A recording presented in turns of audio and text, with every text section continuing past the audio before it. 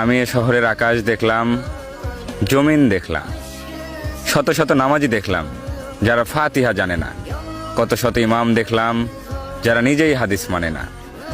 আমি এমন খাঁটি মুসলিমও দেখেছি যারা যৌতুকের টাকায় বিলাসিতা খুঁজে নেয়।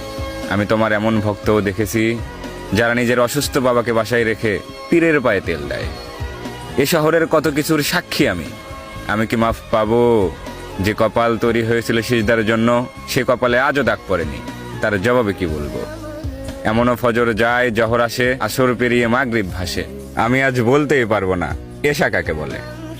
যে দেহ একদিন নিজের বিরুদ্ধে সাক্ষ্য দেবে, সে দেহ আজ অন্য কেউ নিয়ন্ত্রণ করে। তাই আমি জানি না আমি ক্ষমা পাওয়ার যোগ্য কিনা। তবে পৃথিবীর সর্বশ্রেষ্ঠ গ্রন্থ কুরআন বলেছে, তোমার রহমতের তুলনায় আমার এ পাপ কিচ্ছু নয়। তাই পাপী হাত দুটি উঠিয়ে দরখাস্ত জানাই, ইয়া মালিক, এই ফরমালিন যুক্ত শহরে আমাকে ভেজাল মুক্ত রেখো।